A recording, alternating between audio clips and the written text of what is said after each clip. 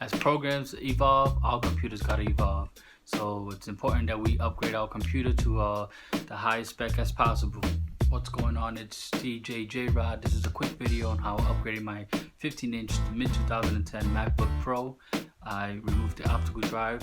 I'll put an SSD drive in there, a 500GB one, and also I removed the 2 gig of RAM that was original in there to, sorry, not 2 gig, or 4 gig of RAM that was original in there to a total of 8 gig of RAM.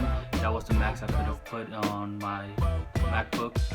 For some reason, the 15-inch compared to the 13 and the 17-inch of that year, the 15-inch only could max out at 8 gigs compared to the others are at 16. Other than that, the SSD makes a big difference on performance, much faster to load up, the programs load up so much faster and everything. I will also put the links of the products I use that I bought from Amazon. On the bottom of this video, I'll put the links of the videos that guided me. Videos out there that they disconnect the battery connector, but in this laptop, this model, I couldn't disconnect it. You will have to remove the whole battery, which I didn't. You're gonna unscrew the top cover. After you unscrew the top cover, you're gonna remove the wires that goes across the optical, and then right next to it is a small little wire.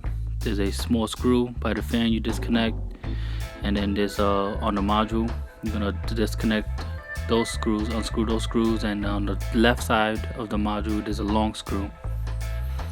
And you disconnect the brackets of the optical. I used the pry tool to remove the optical. There are connectors on the optical and the bracket. You're gonna remove those and put it into the caddy, install it. Install your SSD into the caddy and place the caddy with the SSD in it back inside the optical slot. Work backwards after this. Basically, you're just gonna screw back everything and plug in everything. And at the end, I removed the old 2 gig RAM and installed 2 4 gig RAM, a total of 8 gigs. That was simple. All you had to do is pop the tabs on the side and just pull out and place the new ones in the same way how you pull out the old RAM. The video I used was very simple to follow.